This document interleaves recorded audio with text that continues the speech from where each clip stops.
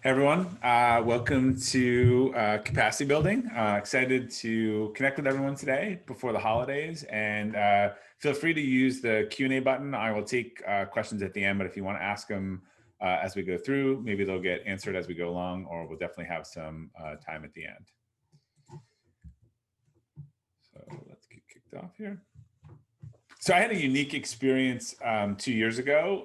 My parents sold my childhood home, and my mom, who used to collect and save everything and had little drawers for each of us, came over to my house with a box and of stuff and said, "Here's all your childhood stuff. We're downsizing.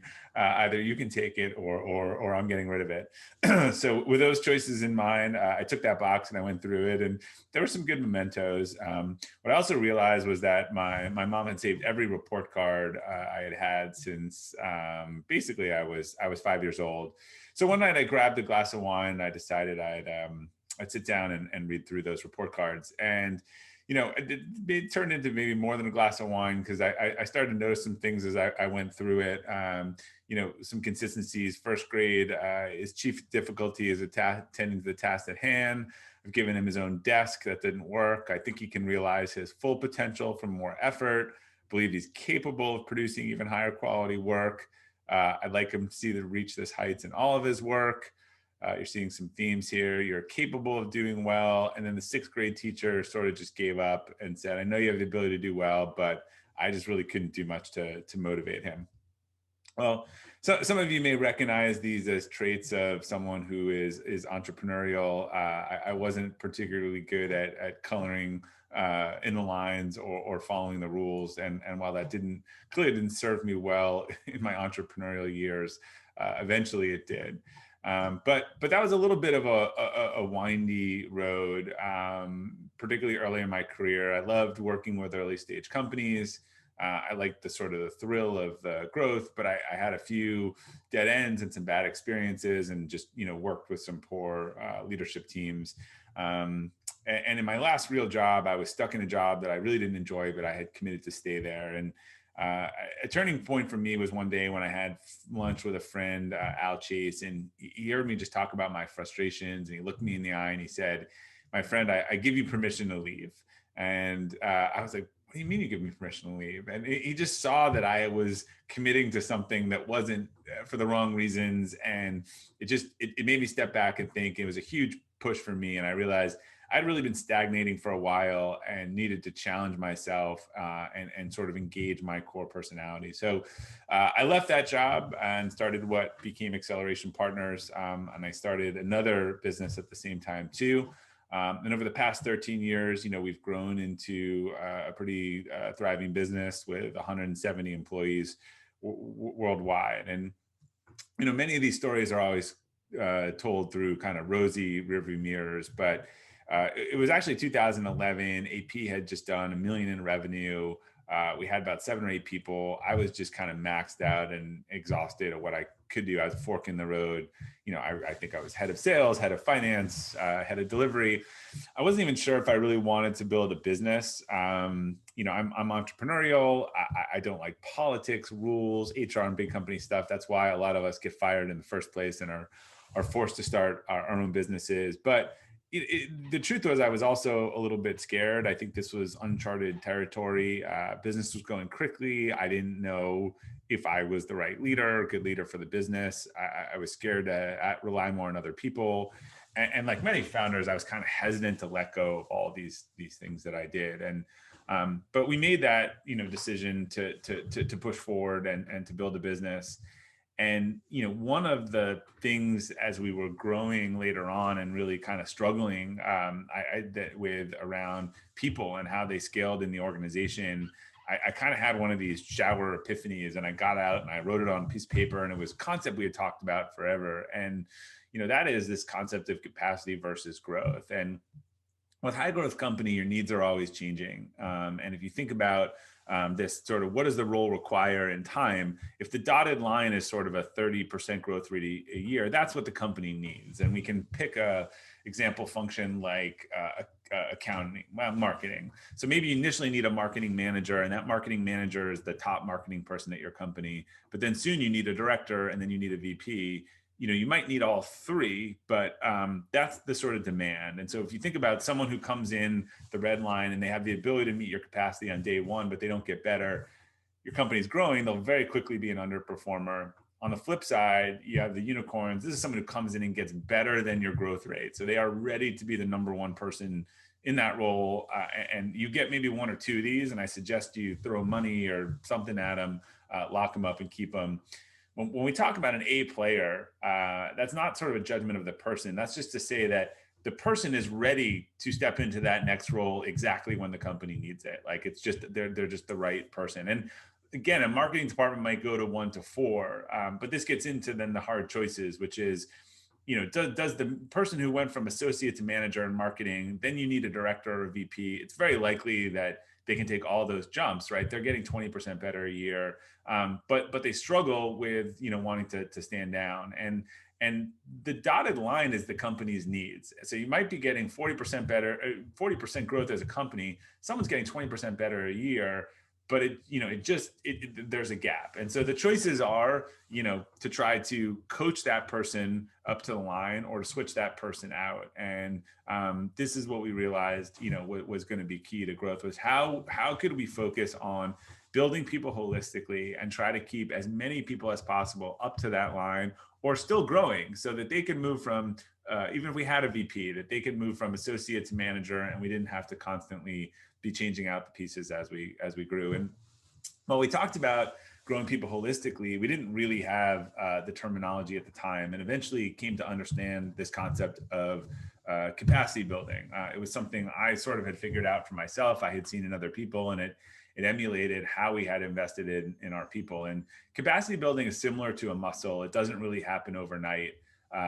These 4 functions, I think, form the basis of all self-improvement. What we realized is that if we could just help our team members get better, then they would do better in the business and also do better outside the business. And, an example, I'll go through each of these, but in the context of physical capacity, we understand that if we take a 5-pound weight and I struggle to lift it and I practice lifting it, 60 days in a row, at the end of those 60 days, I can lift it faster and easier. The other capacities are similar, but we make the mistake of thinking we're either gifted or we have a certain capacity or not. And you can grow all 4 of these. And this is a virtuous cycle. So as you sort of grow your capacity in these quadrants, imagine it's sort of like a ball rolling. Like if they're all growing together, you have more velocity. If one's out of whack, it's going to bounce a little bit. But as you do this, you tend to help the people who work with you and for you do the same. So it all starts for me with spiritual capacity. And spiritual capacity at its core is understanding who you are, what you want most, and the standards you want to live by. It's kind of your North Star. It is not religious in any way, but I think it's impossible to be a great leader if you actually don't know who you are and what you want. My friend Gary Ridge, who's the incredible CEO of company WD-40, talks about that anyone who makes decisions under the company's core values in his organization is safe. And it's interesting because I think the same is true for each of us as leaders and managers, which is if we don't know what our core values are, how do we know we're making these decisions for ourselves that are safe? So I was really motivated after a pretty intensive leadership program 7 years ago to figure out my core values. I did some work on that for a few months until I really, you get about 80% of the value early, but then really kind of, cleaned them up. And I felt really good where I could put these things on my desk and say, these are my core values. These are how I showed up best personally, in my family, in my business, and were sort of the guiding principles for me in my leadership. And we're going to tie to the things that I wanted to do. So these really dictate how I make decisions with my time. And we have a lot of company policies that are directly tied to these core values, which is not surprising from a founder. A lot of people, and Simon Sinek, I think, has sort of popularized the notion of a why or a core purpose. I think people put a lot of pressure on themselves. I think companies tend to know the core purpose or why because that's why they started. It's easier for someone else, an individual, to figure out their core values first. When they have those, then there tends to be a clear topic sentence that can sit above that explains sort of why you do what you do. So my core purpose is to share ideas that help people and organizations grow. So that's literally exactly why I'm doing that webinar today. And 2020 has presented some interesting challenges and opportunities. I actually think that it's during these times when, being clear about your values during difficult decisions is more important than ever. It's not the time to move away from them. It's the time to think about them. Particularly when you had to sort of look at like, what are the short-term impacts versus the long-term impacts of things this year. And so narrowing down, on the values during times of stress is a great way to sort of pressure test them. In fact, as an organization earlier this year, when COVID kicked in and suddenly there was all kinds of chaos right away. And, it's really, I think for all organizations, as everything was shutting down, was scary for a few weeks. But, we even sat down as a leadership team and said, look, we're going to have some difficult decisions. It's not going to be easy. Let's sort of reaffirm our guiding principles. What's our sort of hierarchy of how we are going to make decisions so that it makes it easier for us to do that. So we said, look, there's no time when we can see us not wanting to adhere to our core values. So these are hierarchical. So those are at the top. We're going to have to survive this thing, and this is like March 18th, thinking.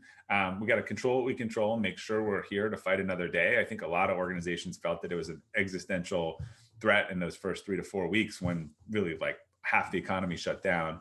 We're going to be transparent and treat people with respect. We're going to do the most good for the most people, and if that made tough decisions, like sometimes, you have to focus on, again, what's the impact on one person versus the most people? We have to move quickly and decisively. And we always want to keep the long-term in focus. Like, how would we feel about these decisions in 6 to 9 months, even if they were, necessity today? And again, these go in order. So the hierarchical one sort of supersedes that.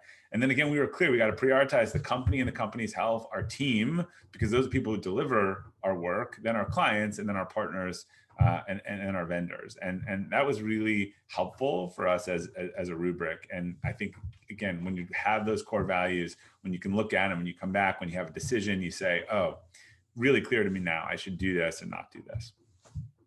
So once you know what you want, I think intellectual capacity is how we get more disciplined, focused, and efficient in going after it.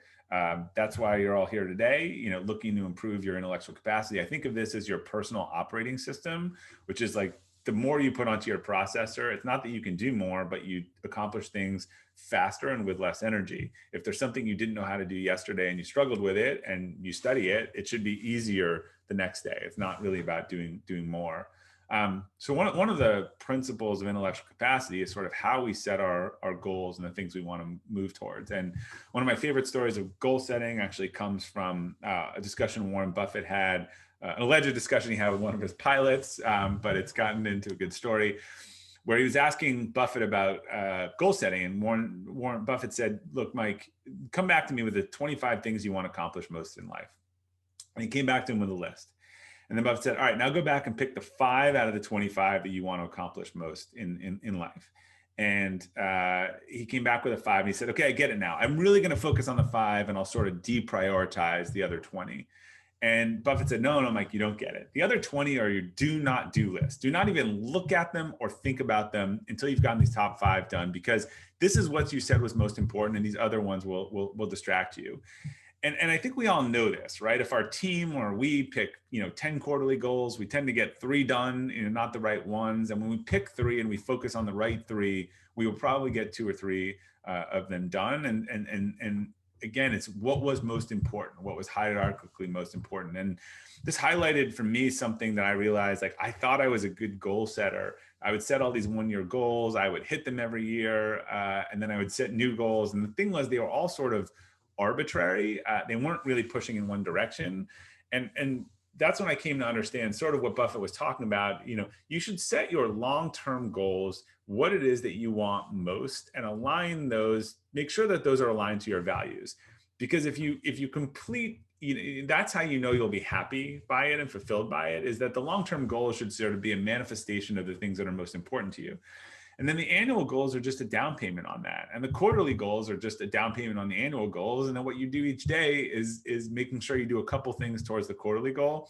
This is how you make big things happen in the directions that matter most. And this is actually the same way that great organizations plan. They set a vision, they set the 5-year goals, they sit down, they reverse engineer them, and they try to figure out, what they have to do each year and quarter so that that is true. This is the same process, I think, that we goal setting, and it forces you to focus on the small down payments toward the big things you said matter most, rather than gravitating towards the little to-do items. Sometimes there's this big mountain and we just don't walk towards it. And so we knock off the little things. And so that big goal just doesn't get any closer, but it's the one that matters to us most.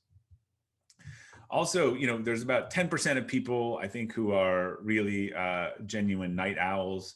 There's been a lot of data around, that high performers have a morning routine. They start off their day on a positive note, things like, quiet reflection, reading, writing, journal, and that really a vast percentage of high performers have some sort of morning routine where they start their day on offense.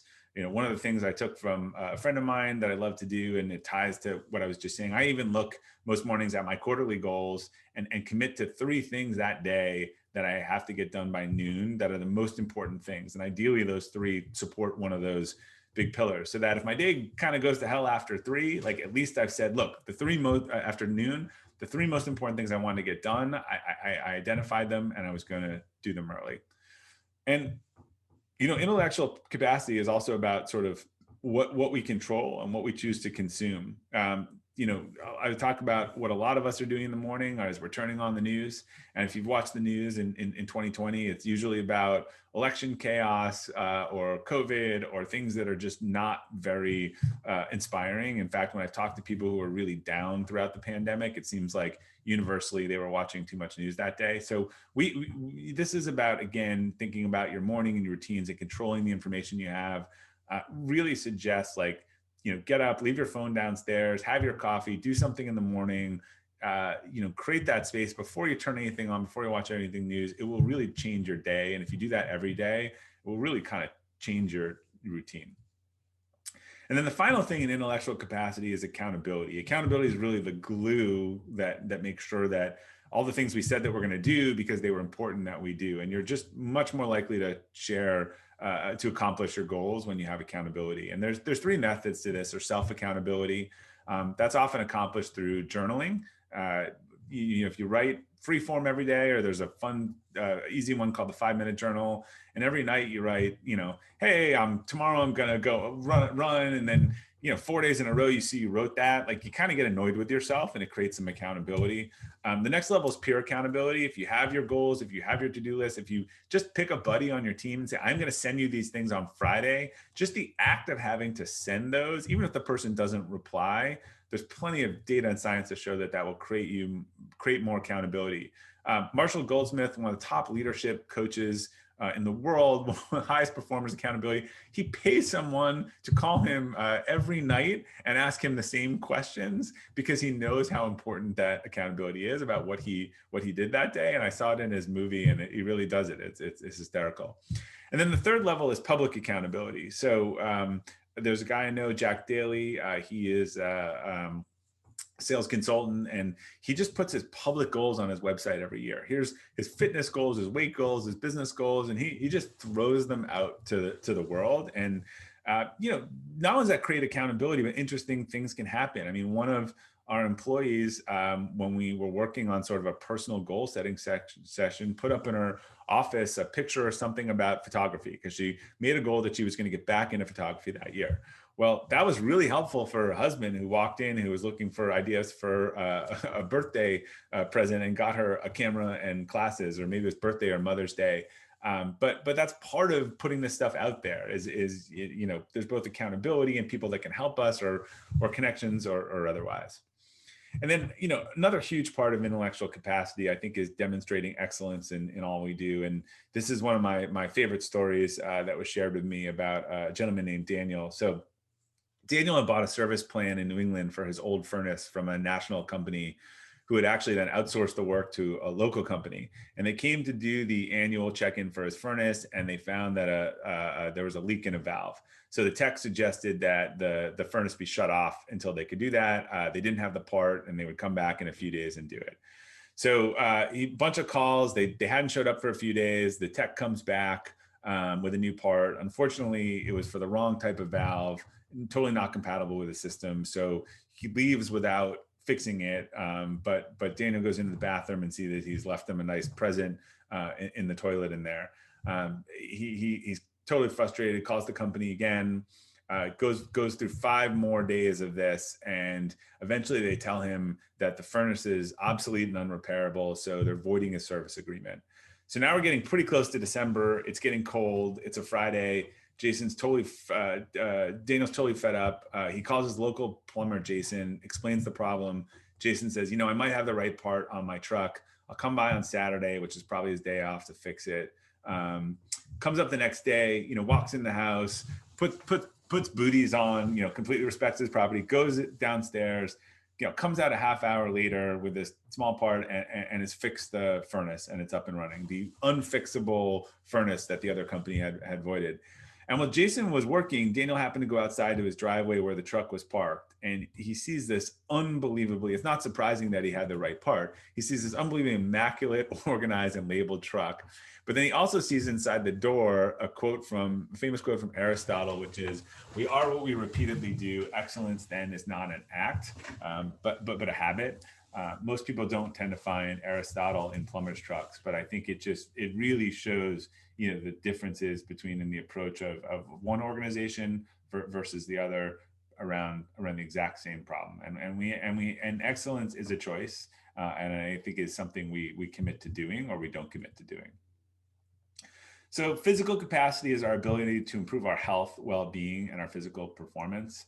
How many people on your team, who've let their physical health suffer, are really doing their best and showing up for work full of energy? One of the tenets of capacity building is we are the same person inside of work and outside of work. So if the person's exhausted outside of work, they're probably not going to show up to work with a bunch of energy. And look, this has been hard in the last 6 months. A lot of people are losing track of their health. They're binging on comfort food. I certainly am during this time. But all of this stuff sort of weighs us down and doesn't make it easier. So, the one thing that we've tried to do as a family is try to really maintain our exercise. This was when the ski season got shut down in March. We hiked up the mountain, carried our skis, because we always like our opening day and closing day. We've been doing some fun stuff in our backyards and some boot camps, and then we climbed some mountains every chance we could in the spring. Things that were distance, but just could keep us entertained, focus on our health, because stress levels are understandably high right now. Mental health is understandably challenged, and one of the things that we're facing is sort of a sleep and stress crisis. Stress has really reached epidemic levels. What happens is our fight or flight response kicks in even when we're not physically in danger. This is a prehistoric system that was meant to save us from bears and physical threats, where when that threat came, it put cortisol in our system and it got our heart rate going, and it was meant for us to literally fight or run. And now that system is used in times of sort of mental stress or things that aren't physical danger. It wasn't meant to that. So the system goes into overdrive. We're constantly on high alert. We're overwhelming our nervous system. We're releasing cortisol. And we literally need to have the fight or flight. And it's why, exercise is so important in getting that stuff out of our system, or meditation, because it's making us unhealthy and it's making us sick. Many of us have been working kind of hero hours lately. I think, health and resilience are more important than ever now. I've had some times during the last 9 months where I just hit a wall and ended up sleeping 12 hours, and I was so much more productive, able to come back kind of stronger. I think sometimes we're doing the wrong thing by trying to work the crazy hours when we're exhausted and our cognitive ability is really low. And what we need to do is rest and relax and come back stronger. And when we were flying on airplanes, a lot of you would have heard, that phrase, put the mask on before you help anyone else. And to those of us who have kids, we can't understand it. But it's an important metaphor, right? If you are not taking care of yourself, then you are suboptimally able to help everyone else. So if you can even flip the psychology for yourself and say, look, I got to take care of myself because I can do more good for other people. And a lot of that is how do you schedule breaks, detach from technology, separate, make sure you're protecting your own health and mental space so that you can be the best in work and outside of work. And then emotional capacity relates to how we react to challenging situations, things outside our control, and the quality of our relationships. For a lot of people, this is the hardest one because the first three about what they control, and this is really how we manage the world around us and the thing we don't control. We do a leadership training with a lot of our up and coming managers. One of the people that we bring in was someone who ran that leadership program that was pretty transformative for me. He's become a mentor. His name's Warren Rustan. And when we were debriefing after the session that he had done with some of our managers 3 to 4 months later, the thing that they remembered the most that he talked about was such a simple premise. And this was before COVID. And I really do think it's defined the last couple months. And that is, if you don't control it, why worry about it? Because you don't control it. And if you do control it, why worry about it? Because you control it. I think we tend to lump together the things that we don't control and the thing we do control. So none of us controlled that COVID happened. We certainly control how we respond, what we do, whether we choose to go out and do things that are not safe or we choose to take those seriously. The stimuli is often the thing we don't control. So the example I think is helpful is, let's say myself and Warren get into a car accident at 9 a.m. in the morning. And Warren's a pretty enlightened guy. And he says, well, that could have been better. It's been a rough year. I'm fine. I've got insurance.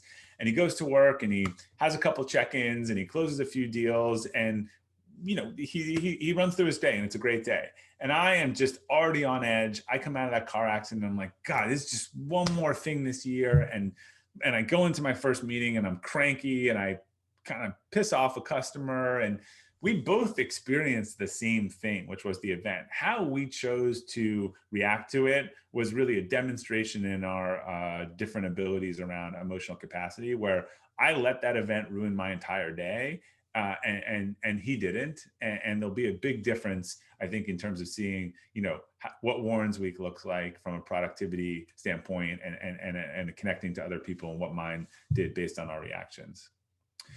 The other important aspect of emotional capacity is, your relationships and who you choose to spend time with. And, let's be honest, like there are a lot of people we spend time with who fall into this bucket of what I would call an energy vampire.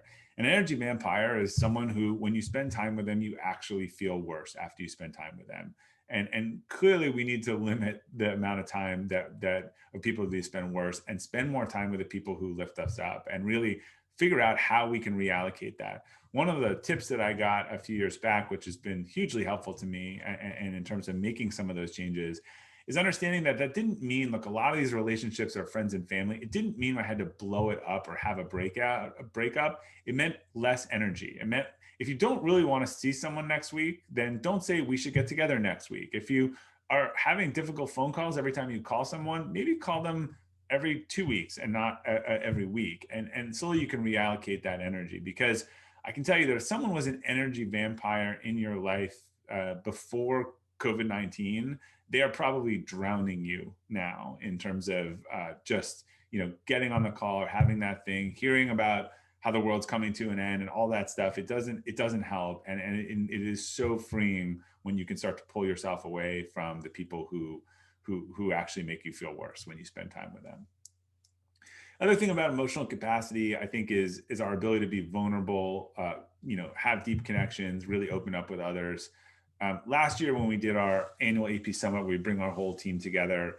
We brought a facilitator who has this incredible program called One Last Talk, asked for volunteers who wanted to be in it. We got 8 volunteers, but we could only have 4. And 4 people were coached by Philip. He's done this all over the world. And they got up on stage to our company and delivered this deeply personal talk about what they needed the world to know if tomorrow was their last day on Earth. And there really wasn't a dry eye in the room after these 4 speeches were over. You come to understand these people and the things that were important to them, or the experiences they've been through that impacted who they were and how they showed up at work. And beyond even those 4 speeches, I would say over the next 24 hours, the depth of sharing at a personal level in the organization was like nothing I had ever seen before. In fact, we had to kind of put the genie back in the bottle after that time. But it just showed me that people want to be vulnerable. They want to have more authentic relationships with people. You just need to give them the opportunity. I also, early on in the pandemic, I had actually shared a story with a bunch of our leaders about how I just hit a wall one night and I was physically and mentally exhausted and sort of crawled into bed and passed out, and it just reached my limit.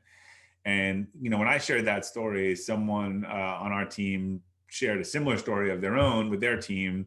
And then someone on their team reached out and said, "I'm so happy you showed that because, it just looked like you had everything together and I'm falling apart and I didn't understand that." And just was really interesting for me to see this in terms of, our job as leaders is to kind of hold up a brave front, but people also, want to know we're human, want to understand what we're going to. And this created sort of a whole chain of people being able to say, it's okay that it's not great right now.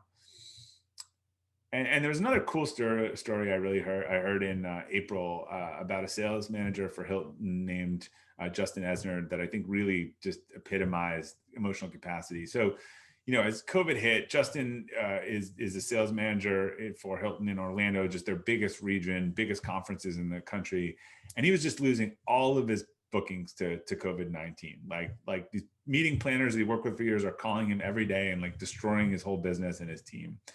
And it'd be very understandable for him to sort of get frustrated at them, get angry at them, kind of what I call looking uphill at the woe is me rushing down. But there's always someone downhill. And Justin, says I take a different approach. He said, well, if this is this bad for me, it's got to be even worse for my meeting planner. So he decided that he'd send everyone a gift. Yeah, he took a baseball bat and had it inscribed, put a bottle of tequila in a plastic box and sent some caution tape and sent a handwritten note and said, "I hope you're hanging in there. We're here for you. And, feel free to use this in case of emergency."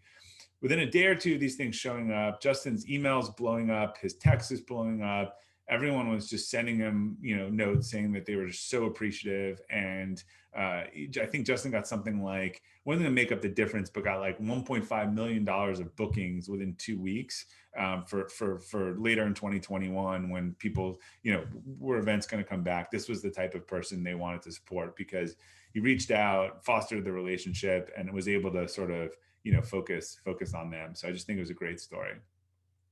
My own story of capacity building started with a habit, change in my morning routine that came out of that same leadership session I mentioned earlier. And, we were encouraged to sort of read something positive, write something positive, and just take some quiet reflection time in the morning.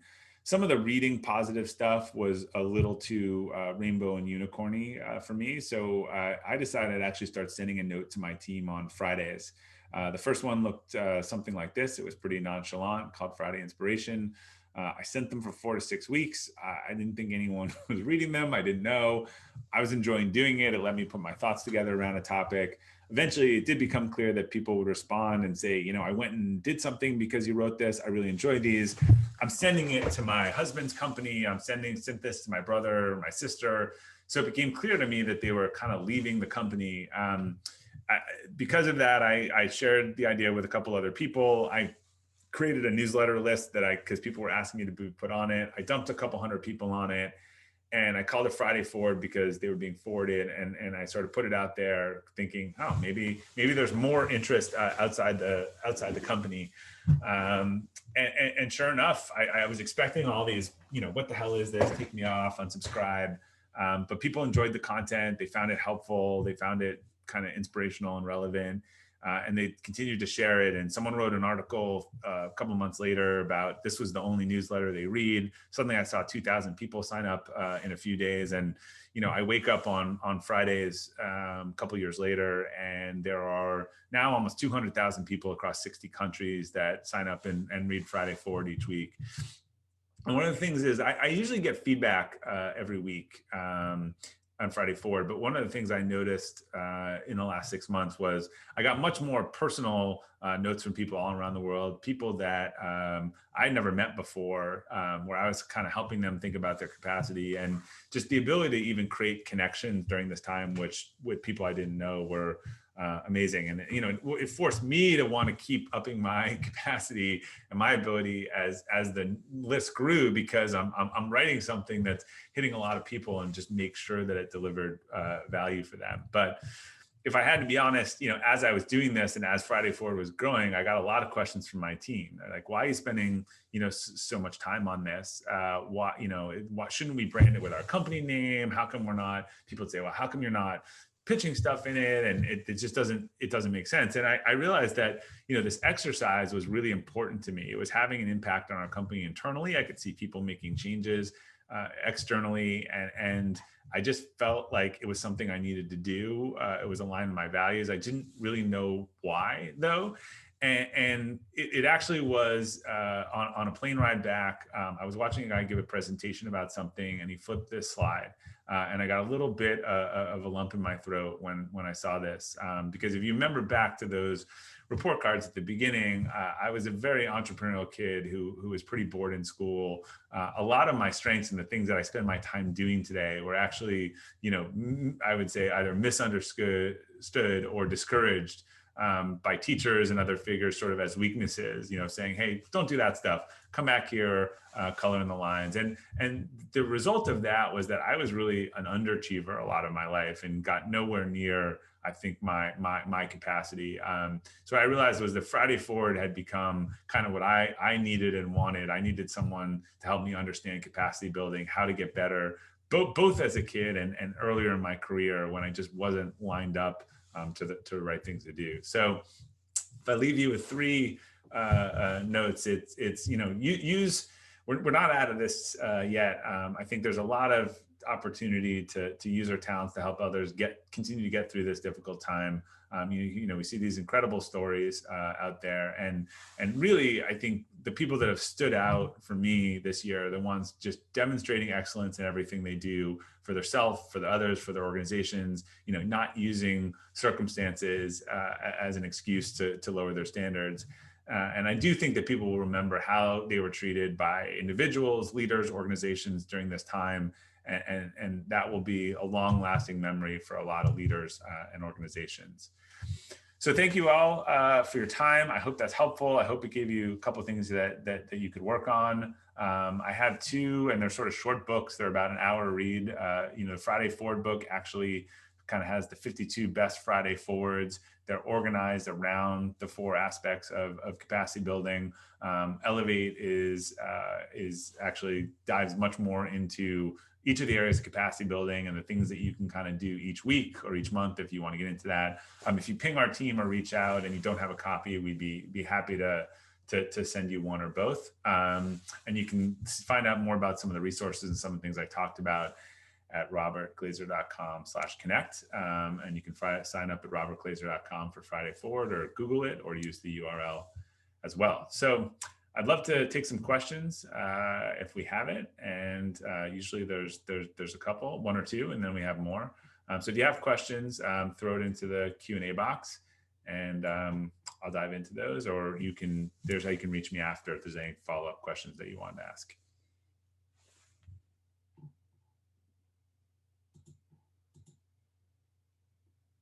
All right, first question is, which capacity do you struggle with the most? That's a good one. I've been asked that. I think for last year, I would have to say physical. And I do think that is the one for a lot of people that can drop off quickly in terms of whether it's stress or time or otherwise. But the thing I've noticed is that it's kind of a gateway one. I think if your physical capacity drops off really quickly, you tend to lose focus of the big picture, which is spiritual capacity. You tend to be kind of tired and not as much on learning and improving. And then your relationships struggle as well, because you're cranky, you're grumpy. I mean, we all know those days where why is everyone fighting with me? And we don't look in the mirror to realize that we are the problem. All right, next question. Which one is the hardest? That's a good question. I think that spiritual capacity requires kind of doing the most work up front. If you really want to figure out your core values, a lot of the other ones you can make kind of one or two improvements, small things, and move in that direction. Spiritual capacity, you kind of just have to do the work. But once you do it, you're pretty good. I think your values really only change if you have fundamental experiences or things in your life that really alter your perspective. So if you do the work on that and you get that right, that's the one that should really hold, and then it helps you kind of try to work around the other ones. But it just there's no shortcut around it. I've got a course coming out on core values in January. There's a bunch of exercises in the Elevate book. There's no hack to it. You have to do the work. But I can tell you, I think it is the most rewarding thing when you can look at something and say, this is why I should do this. This is why I should not do this. And you understand kind of the situations where you do really well or don't do really well. Any other questions? All right, great. Well, thank you for joining. Reach out if you have any other questions. Reach out if you'd like a copy of the books. And we appreciate all the work that you do with our business. And we're always here to help in any way that we can. So have a great day.